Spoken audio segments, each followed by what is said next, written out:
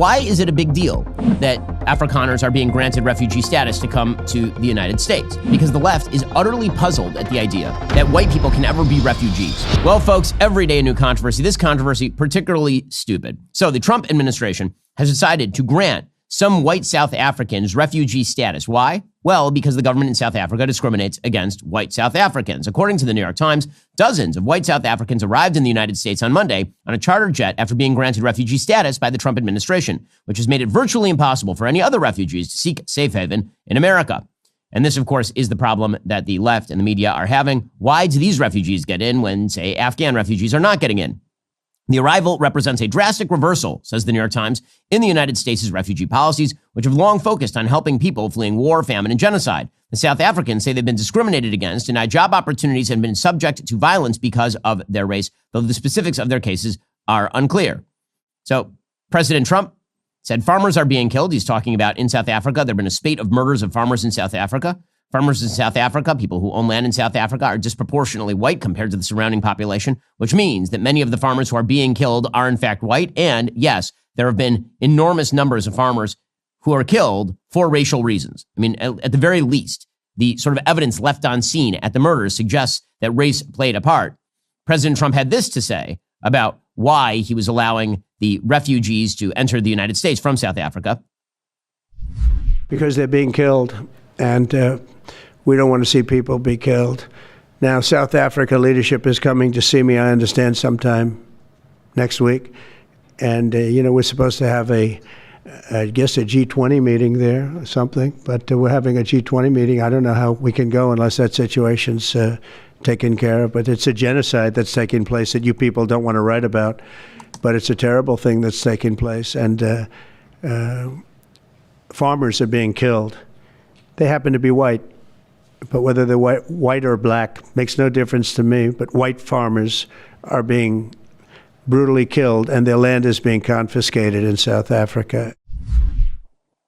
Okay, the last part is actually the relevant part. We'll talk about whether, in fact, there's a quote-unquote genocide of whites in South Africa in just a little while with Dr. Ernst Roots, who is the deputy CEO of AfriForum. And we will talk with him about what exactly is happening there, because obviously he's the guy on the ground who's been on the show before and wanted to get an update. But in order to understand why the United States is bringing Afrikaners to the United States, we actually have to know a little bit of the history. So Afrikaners, Boers, have been in South Africa since 1652. That's when the Dutch East India Company established a station at the Cape of Good Hope. What does this mean? Well, it means that for legitimately 350 years, there have been white people in South Africa. Originally, the Afrikaners were Dutch. Eventually, they were joined by both German and French citizens. The British Empire came in the early 19th century to establish its own colonies in South Africa. Eventually, this led to conflict. The British expanded their reach. The Boers made their way inland because they didn't actually want to be under the edicts of the British Empire. Eventually, there were some conflicts. The biggest conflict was the Second Boer War. That was because the Afrikaners were in an area called the Transvaal. The Transvaal, it turned out, was a region very heavy in gold. When today you hear about the BRICS nations and you hear about the reliance on gold, South African gold has been a very big thing for a century and a half. The finding of gold in the Transvaal essentially incentivized the British Empire to try and expand its holdings in South Africa, leading to the Second Boer War that eventually ended with the British Empire victorious.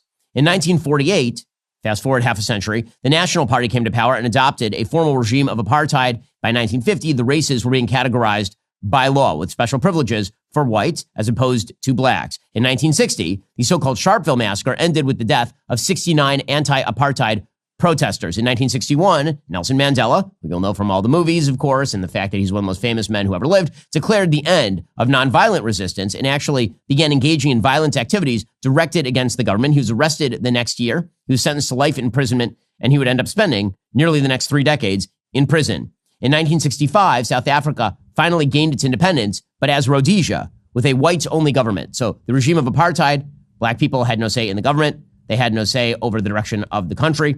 Over time, international pressure led to the eventual end of apartheid, with the ban on the African National Congress, which was Mandela's party, ended in 1990. Mandela was freed from prison in 1994. He was eventually inaugurated as president of South Africa. And according to the media, that's where the story basically ends. Because we're not supposed to talk about anything that happened after the end of apartheid. Apartheid bad, apartheid ends, everything hunky-dory from here on in. Now, 2 things can be true at once. Apartheid was an evil system. It was wrong morally, and it was bad. Also, things that happened after apartheid, lots of bad things have happened after apartheid. There are lots of bad things in the world. And one of the dumb ways to cover politics is to suggest that because a bad thing is happening in one direction, that means no bad things have ever happened in the other direction or will ever happen in the other direction. So, since the end of apartheid, there has been a radical upsurge in the amount of racial discrimination against whites. Now, we have to discuss the sort of population of whites in South Africa. How many whites are there?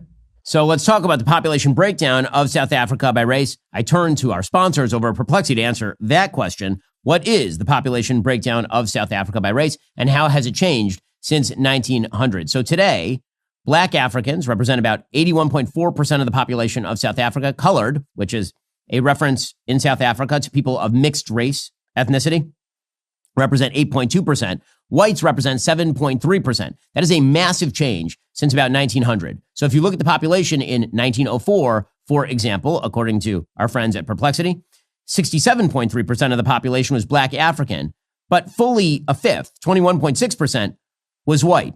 Even as of 1960, those population percentages were relatively similar. That 68% of the population of South Africa was Black African, almost 20% was white. By 1996, those percentages had shifted dramatically. Suddenly, 77% of the South African population was Black African, as opposed to 11% white. And today, obviously, the white population has dropped dramatically even further than that. The government has increasingly started to pass laws that are directed against whites in South Africa. Most famously, just this year, the South African president, a guy named Cyril Ramaphosa, who again is the head of the ANC. The ANC has been the governing party in South Africa since literally 1994, which should be strange to you. I mean, usually you don't have one party that governs an entire country for 30 years, but that's what's happening in South Africa. He has now turned a bill into a law allowing land seizures by the state without compensation. This is one of the things that is driving so much angst and the possibility of violence in South Africa, is the great fear that South Africa is going to do the same thing that Robert Mugabe did in Zimbabwe, in which Zimbabwe basically just expropriated all land from whites and then targeted them as a government. Because land ownership in South Africa is still disproportionately white. And what that means is that South Africa, in an attempt to enact reparative justice, this is why reparations are always a problem, because you are taking away from a living human being because of something their grandparents did. When you do that, what you end up with is a system of racial discrimination. According to the BBC, back in January, Black people own only a small fraction of farmland nationwide more than 30 years after the end of the racist system of apartheid. The majority remains with the white minority. This has led to frustration and anger over the slow pace of reform. Ramaphosa's ANC party hailed the law as a significant milestone in the country's transformation. Some members of the coalition government say that they might challenge it in court. The law outlines how expropriation can be done and on what basis by the state, and replaces the pre-democratic Expropriation Act of 1975. Now, that Expropriation Act of 1975 put an obligation on the state to pay owners that it wanted to take land from, under the principle of willing seller, willing buyer. Now, it's basically just the state coming in and saying they will take your land and they can pay you zero, literally zero. The new laws allow for expropriation without compensation. What is the limitation? The government is only supposed to be able to do this in circumstances where it is, quote, just and equitable and in the public interest to do so, which means basically anytime the government wants. I mean, that is not a limitation at all. Just and equitable and in the public interest. Ramaphosa can simply say it's in the public interest to rejigger land ownership in South Africa. We are now taking all the land of white people in South Africa in response to South African apartheid. The pro-business Democratic Alliance, which is part of the current government, says it strongly opposes the law. It was consulting with its own lawyers, but they've not yet left the government. Okay, so this has been just one indicator of how bad things are getting for the white citizens of South Africa. Again, the sort of hunky-dory version of South African history says that everybody got together and gave a big group hug after the end of apartheid, and that is actually not what happened.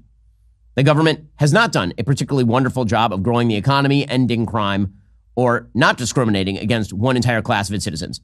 There are a lot of laws on the books in South Africa that were originally meant as quote-unquote reparations after apartheid. Those included the Employment Equity Act, which basically acts as affirmative action for employment. It says that the government is supposed to mandate that certain numbers of Black people be included in particular job sectors. There's the broad-based Black Economic Empowerment Act that actually says that governments cannot give loans except if there is a certain level of Black ownership, management, or employment. There's the Preferential Procurement Policy Framework Act that requires government entities to prefer suppliers that have high points ratings, again, based on the amount of Black ownership or Black employment.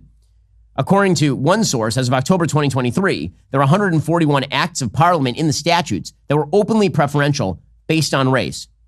Again, this is the great danger of these sort of racial reparations logic that you've seen people try to enforce in the United States too. This is what so much of Black Lives Matter was about. The idea was that America needed to enact its own system of racial preferences as a reparative to the sins of the past. And what you end up with is actual sins of the present in order to try and react to the sins of the past. In the immediate aftermath of apartheid, there was actually a slight decline in race-based law, but by the mid-90s, that had reversed dramatically. Now, as I say, the ruling ANC, the African National Congress, the party of Nelson Mandela, has been in charge of the country since 1994. They have never lost an election. In 2017, Jacob Zuma, the corrupt former president of the country from 2009 to 2018, adopted ANC policy that included, quote, fundamental change in the structures, systems, institutions, and patterns of ownership and control of the economy in favor of all South Africans, especially the poor. That's coded language for we're going to completely redo all the structures on a racialized basis. That policy included the expropriation of land bill that eventually became law on the basis of race. The ANC is a deeply corrupt party. Again, you don't have to be speaking about Mandela to talk about the ANC. The modern ANC is closely tied with the Chinese Communist Party. They receive money from it. They're also closely tied with Vladimir Putin's Russia. They're closely tied with Iran, which is, it's now suspected, probably bribed the country to initiate an International Court of Justice case against Israel just last year. The ANC has been losing electoral support over the years. It doesn't have a sheer majority in the legislature. It's in a national unity government with Democratic Alliance, which again opposes some of these things. But Democratic Alliance isn't standing up to the point that they can actually stop this agenda. And meanwhile, the outsider parties, people like Julius Malema, you've seen Julius Malema on X, particularly he's the head of the EFF, which is a radical party in South Africa. And he is most famous. They're called the Economic Freedom Fighters. They're communist Black nationalists. They're also, in 2018, by the way, I should point out that the head of the ANC, Cyril Ramaphosa, allegedly said he wanted Malema back in his party. Malema used to be a member of the ANC. Here is a giant rally just a few years ago in which Julius Malema is leading an enormous crowd in chanting, "Kill the Boer, the farmer," which is, in fact, the language of genocide. If you're talking about just kill the Boers, that's no different than kill the blacks or kill the Jews. I mean, that is what it is. I mean, everyone who's attempting to read some sort of crypto message in there that somehow lets Julius Malema and the people who are chanting this off the hook, substitute any other race for Boers and tell me that this isn't genocidal language. It just is. To kill the mother, kill the poor, the farmer, kill the poor, the farmer. He's holding his hands in the symbol of a gun. I mean, it's an entire stadium. Okay, so he seems like a delightful fellow, a bunch of communists who are shouting to kill the Boer, because never in the history of humanity have we ever seen communists attempt to exterminate an entire class of people. I mean, except for pretty much every communist regime everywhere. So yeah, you might see why South Africans who are white feel that they themselves are under threat. So why is it a big deal that Afrikaners are being granted refugee status to come to the United States? Well, the reason is because the left is utterly puzzled at the idea that white people can ever be refugees. Ever. And they're absolutely puzzled at the idea that has been expressed by, for example, the State Department Deputy Chris Landau, that Afrikaners might have an easier time assimilating in the United States than, say, Afghan refugees. Here's Chris Landau talking about this yesterday.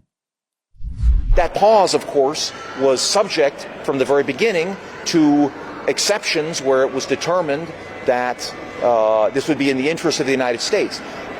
Some of the criteria are making sure that refugees did not pose any challenge to our national security and that they could be assimilated easily into our country. Okay, it's that last statement that the left is freaking out about. Why are Afrikaners? Why is it that they can assimilate easily to our country? Well, believe it or not, it isn't about the fact that they are white. They all speak English. They are by and large capitalists. They agree with fundamental constitutional rights, which are being violated in South Africa. Those would be the reasons. It has nothing to do with the color of their skin and everything to do with the ideas that they hold and the cultural hallmarks that they bear in common with the United States that may not hold true for example, Afghan refugees, where you literally have no idea what their ideas are. They don't speak English. There are a lot of things culturally they do not have in common with Americans, up to and including a belief in constitutional rights. So yes, I mean, are we going to just pretend that all potential immigrants to the United States have an equivalent level of assimilative capability? Is that what we're going to pretend now? That's obviously untrue. It's clearly untrue, but the left is going insane about this. So the New Republic put out an entire piece just enraged about this. Trump official says quiet part out loud on white Afrikaner refugees. And so they say the deputy secretary's language indicates the Trump administration is willing to admit refugees who are more culturally and ethnically cohesive with the predominantly white U.S. population. Trump has repeatedly attempted to blow up perceived cultural differences between U.S. citizens and immigrants as a basis for installing blatantly racist immigration policies. Well, again, I'm not sure why this is chiefly about ethnicity. I mean, President Trump explicitly said it was not about ethnicity. It does have to do with the fact that, for example, they speak English. And, for example, they believe in constitutional rights, like, for example, property rights and freedom of speech. That makes them much better candidates for assimilation than your sort of rando from the Middle East.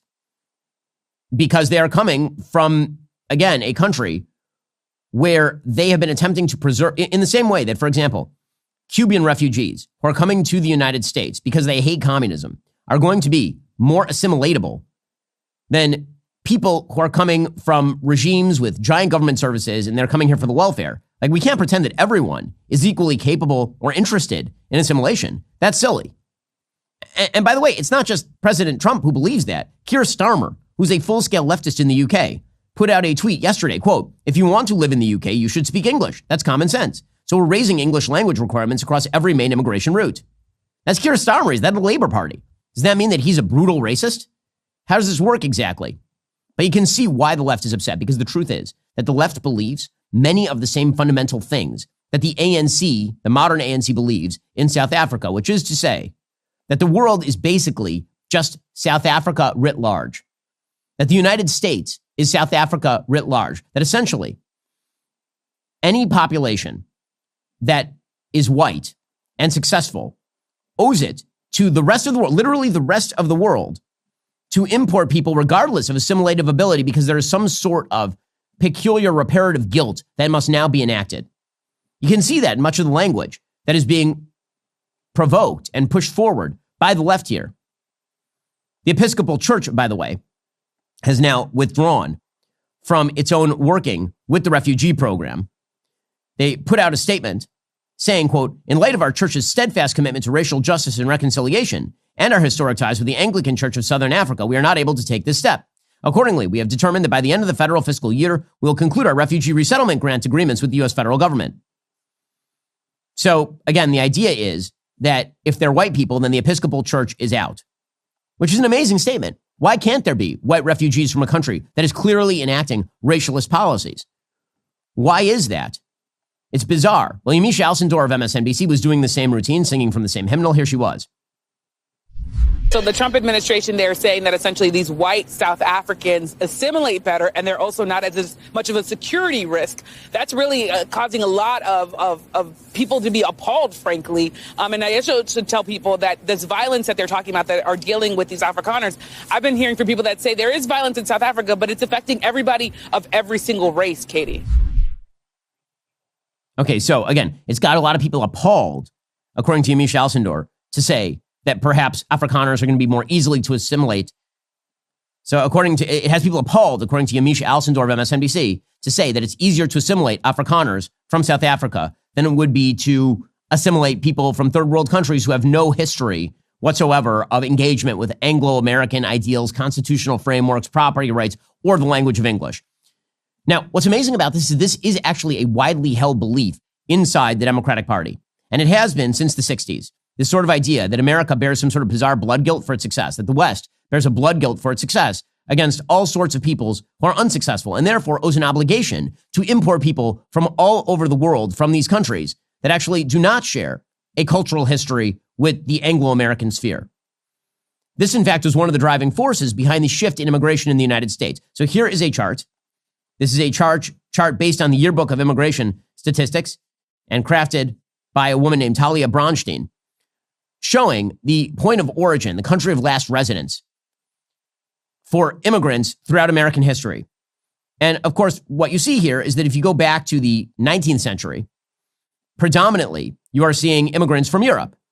You're seeing an enormous number of immigrants in, say, 1850 from the UK, an enormous number from Ireland, a huge number from Germany.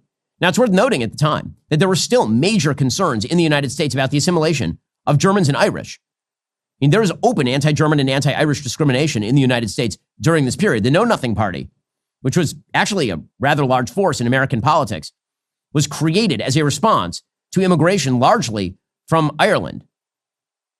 I mean, Gangs of New York, the movie with Leonardo DiCaprio and Daniel Day-Lewis, is based specifically on this thing, based on anti-immigrant sentiment against what we would now call white people. So there's always been questions in the United States about how easy it is to assimilate people from various countries. And what does that mean for the people who are born in the United States? But what you see is a massive shift in the immigration status of the United States, in how immigration is done in the United States, beginning in about 1965. So all the way up until 1965, you see, first of all, enormous growth in the U.S. population via immigration, basically all the way up to the early 1920s. And most of that immigration, again, is from Europe. You're talking an enormous number from Austria-Hungary, from Ireland, from Italy now, from Russia, right? There's a shift toward Eastern and Southern Europe as opposed to Western Europe. But all those people, would now be considered quote unquote white. And there were serious considerations in American immigration history with regard to how do you assimilate, for example, Jewish immigrants from Russia. This is a major issue. And it led to some rather discriminatory policies at, say, country clubs, for example. Okay, so in the 1920s, there was a radical downshift in terms of immigration. That's what, on this chart, you can see a giant decline in immigration that stretches from about 1920 all the way until basically the end of World War II. And then, following World War II, in 1965, there was an immigration bill sponsored by Teddy Kennedy, the so-called Immigration and Nationality Act, and it radically shifted how immigration was done in the United States. You wonder why it used to be all European immigrants, and now it is almost no European immigrants. And the answer is because of Teddy Kennedy's 1965 Immigration and Nationality Act. So it used to be that the United States had a system of quotas, and those quotas were largely based on who can assimilate most easily. And so it preferenced people who were from, for example, Western Europe, and then it went to people who were from Eastern Europe, and then went to people who were from Africa or from Asia. And there were quotas based on country. In 1965, those quotas were completely exploded. And instead, it established a new preference system that was based on family reunification, chain migration. So if you got in, you got to bring your entire family. And it obliterated all sort of quota systems with regard to Europe. So the law set annual caps at the time, 170,000 visas for the Eastern Hemisphere, and a cap of 120,000 visas for the Western Hemisphere. Now, again, the Western Hemisphere would be South and Latin America. And you can see the predictable result, which is that over the course of time, you now see a massive uptick in the number of immigrants from Mexico, a huge number of immigrants from the Caribbean and other Americas like Latin America, Central America, huge uptick from Asia as well. European immigration basically plummets to almost zero. I mean, really, really, really down. And the question is, why exactly did Teddy Kennedy do this? And the answer is that Teddy Kennedy, like many members of the left, did believe in this idea of a sort of European guilt toward the rest of the world and an American guilt toward the rest of the world. And so what he said is that the existing quota system was fundamentally unfair and inconsistent with American values. And this is where you get the Democrats today saying that the sort of credo of Americanism is the Statue of Liberty, where we welcome your poor, your tired, your huddled masses yearning to be free. Right? That is how immigration needs to be done. As opposed to, you can come here, but there will be no welfare system to support you. And this is a huge difference, by the way, in the pre-World War II era in the United States versus the post-World War II era in the United States. The type of immigrants who are drawn to the United States change over time. America in 1900 basically had zero welfare system for people who were coming here. So when my great-great-grandparents got to the United States in the early 20th century, there was no welfare system, essentially. They came to the United States. They had to, by dint of necessity, learn English and assimilate. Because if they did not, they would not make enough money to survive. And so they assimilated. This is very common, by the way, in Jewish households in the early 20th century, is that they would come speaking Yiddish, and then they would tell their kids they were not allowed to speak Yiddish in the house so that their kids would learn to speak English with more alacrity and assimilate more quickly. And that is for both cultural reasons, you're leaving behind the old country, and also because the idea is that you need to assimilate to American culture. That's why you came, is to be part of the American dream, not to bring the European or Eastern European or Russian or Lithuanian dream to the United States. The American dream is a different thing. It's about upward mobility, assimilation to a commerce-driven culture that has at its basis Anglo-American law. Okay, after World War II, the growth of the American welfare state and the availability of that welfare changes the kinds of people who are coming to the United States, not in terms of race, but in terms of who's trying to get in. There's a difference between a job available sign in the window of a store and a free donuts sign in the window of a store. A jobs available sign is likely to draw people who want to work and get a job. A free donut sign is likely to draw everyone who wants a free donut.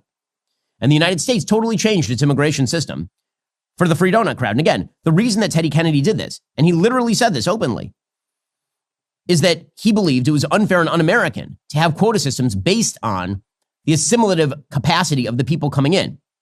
By the way, he also lied. He said that the bill would, quote, not flood our cities with immigrants or upset the ethnic mix of our society. So it's all based on this sort of fairness and justice and reparative fairness and justice. And this is why you're seeing so much heartburn over the possibility of Afrikaner immigrants, because what President Trump is saying is the truth, which is that not everybody is going to assimilate to American values at the same rate. Not everybody has those same ideas. We should probably check before people come into the country. All of that makes perfect sense. The fact that the left is resisting that speaks to a bizarre idea about what America is and what it needs to be, which is basically an open door free donut shop to everybody who wants to get in. And somehow America owes that to the rest of the world because America is only successful through some form of exploitation, right? That in the same way that there needs to be reparative justice in South Africa because whites used to harm blacks, America somehow owes it to the rest of the world to let anybody in. And if you say that that's not true, then you're undermining the left's perception of Americanism. And that, of course, is wrong and destined for failure in the United States. Well, that's all for now, folks. Don't forget to like, subscribe, and comment your thoughts down below. Be sure to check out all of the other great content on my channel. I'll see you here next time.